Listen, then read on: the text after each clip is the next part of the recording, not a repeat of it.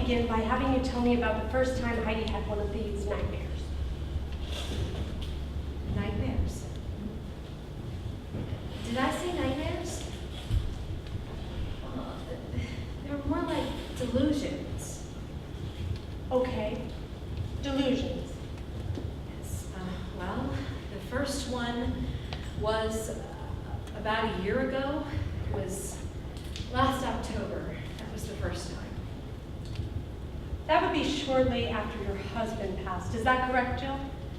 Yes, that's right. The first one was a week or maybe 10 days after he passed, if I remember correctly. Can you tell me about the relationship that Heidi had with her father?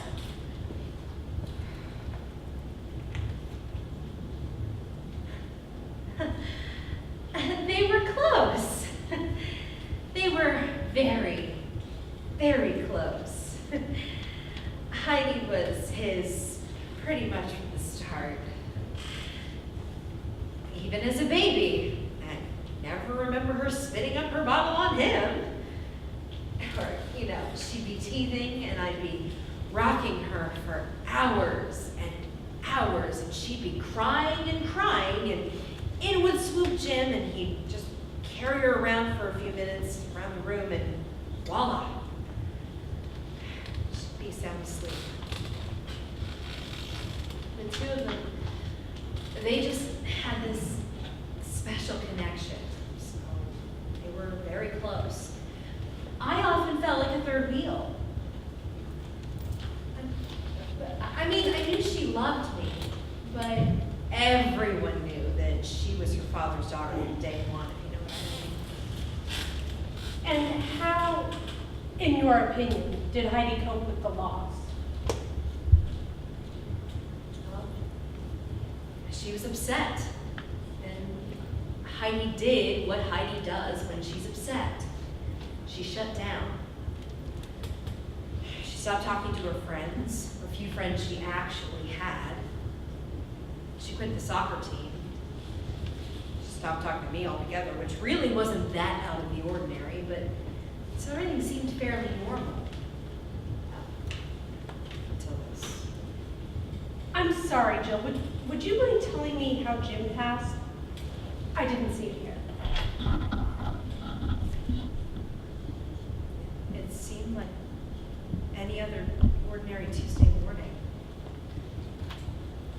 See, I thought Jim was sleeping in, but Jim never sleeps in. He wouldn't allow himself to sleep in. It just wasn't in his nature. Not at all. So,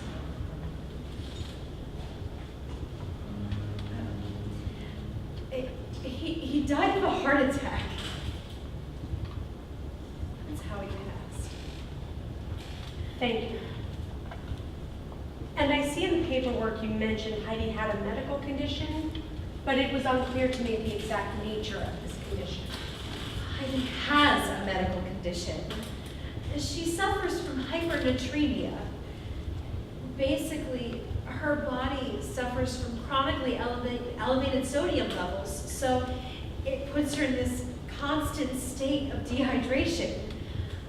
The doctors, they don't know the cause, and there is no cure. And that's why she carries that big owl water bottle with her everywhere she goes. If she doesn't drink, it could land her in the hospital. It's very serious if it isn't managed. When she's sleeping, she can't drink, and that's when she has these delusions. I always thought that her condition, coupled with the stress over the loss of her father, were to blame, but it's been over a year now, and her condition hasn't gotten any better. It's just gotten worse. The delusions, they've only gotten worse. I'm sorry. I've never heard of that before, but I'll be sure to find some literature on it before our next appointment. It's rare, but more common than people would think. I keep an online journal It's called Heidi's Journey. I post several times a day, and it's great for boosting awareness.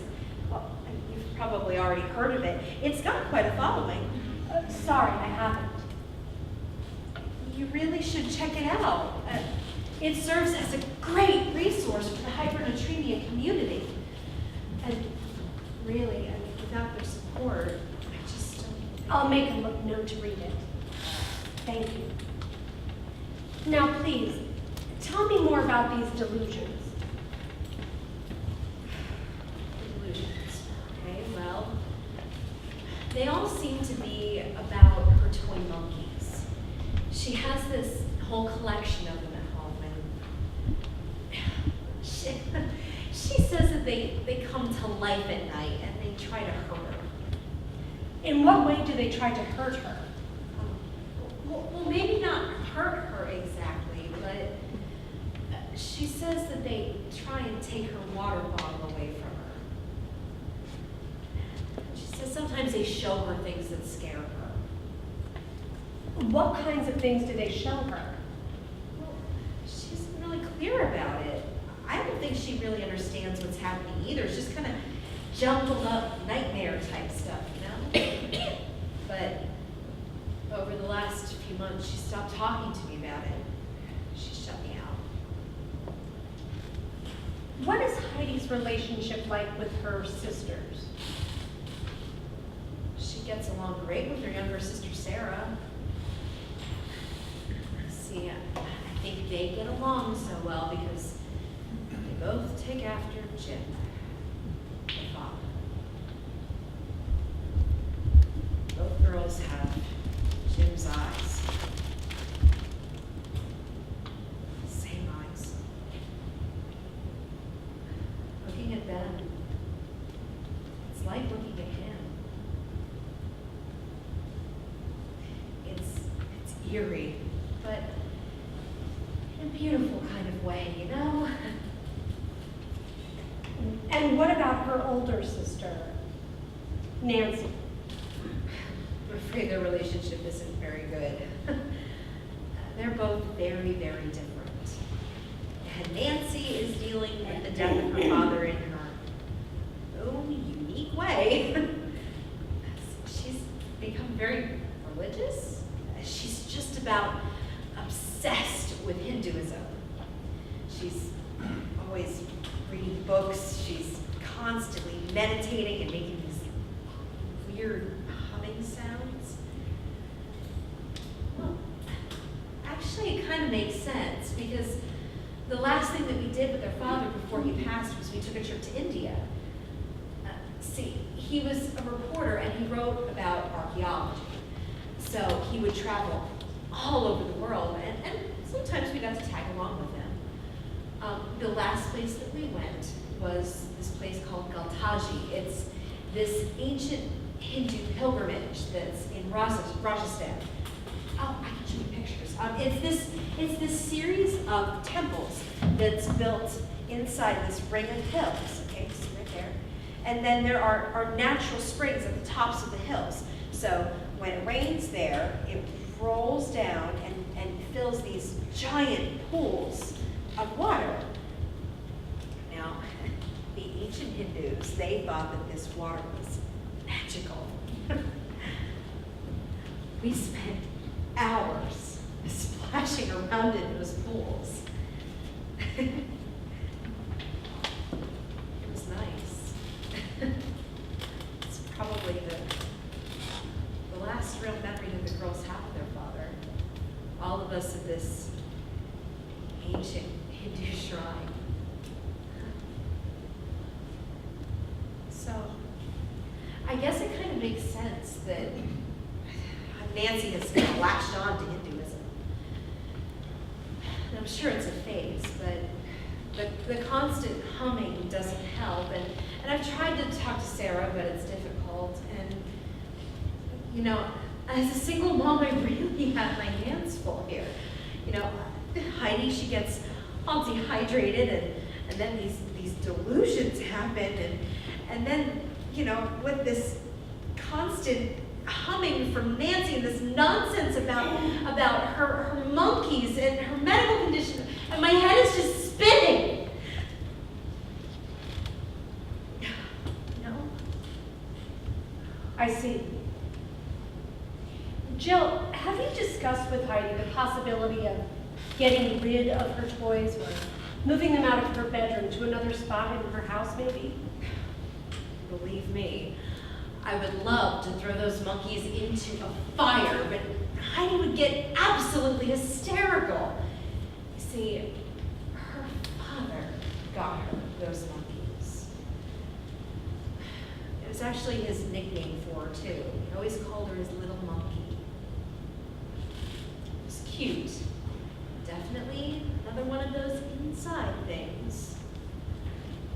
So he traveled a lot for work, and doing God only knows what, with whoever. And whenever he would come home, he would bring back a monkey from wherever he had been. There were all different kinds. There was one from Vietnam, there was one from Maine.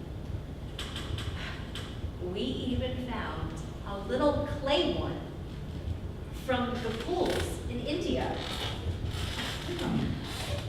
Ugliest damn thing. Black fur. It creeps me out, but Heidi adored it because it was from her father. So. Dr. Hattersley, do you think I should get rid of the monkeys? No, I don't believe that would be a good idea just yet.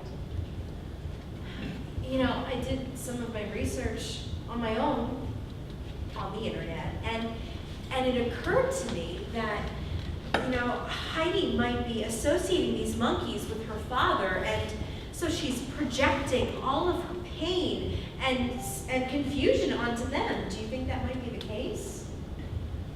Unfortunately, I really don't have enough information to make any definitive conclusions. You know, I've given up my entire life for my daughter. When she was born, I suffered from the worst case of postpartum depression that you can imagine. I'm still healing. So I've given up everything for Heidi. No social life, no friends. I rarely go out. My job as a nurse, I've had to all but go on leave to stay home with Heidi and take care of her. And then with Jim's passing, I don't know how much more I can take of all this. Dr. Hattersley, what should I do?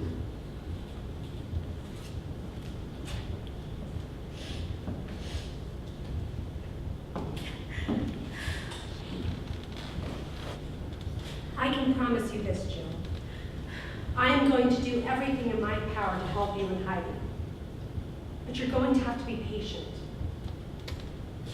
In situations like the one we have with your daughter where a serious trauma has taken place, there are no quick fixes. These things can take time. In the meantime, I'd like you to try something for me. Anything. First, it's your understanding that Heidi actually believes the monkeys come to life at night, right? Yes, I believe so. It's important that we reestablish reality as soon as possible, or run the risk of watching Heidi fall deeper and deeper into this delusional alternative reality she's created. Do you have a video camera? Yes, no, but I can get one. I'm going to need you to set up a video camera in Heidi's bedroom. Have the camera fixed only on the monkeys. Do this for a week. Oh, and make sure to get her permission. Do you think she would allow it? I think she would love the idea of recording the monkeys. Great. I'll be in touch after the month is up and we can discuss what is the best step moving forward. Great. That's a great idea. A tape. Why didn't I think of that? Thank you so much, Dr. Hacker. Thank you so much. Now please, show Heidi.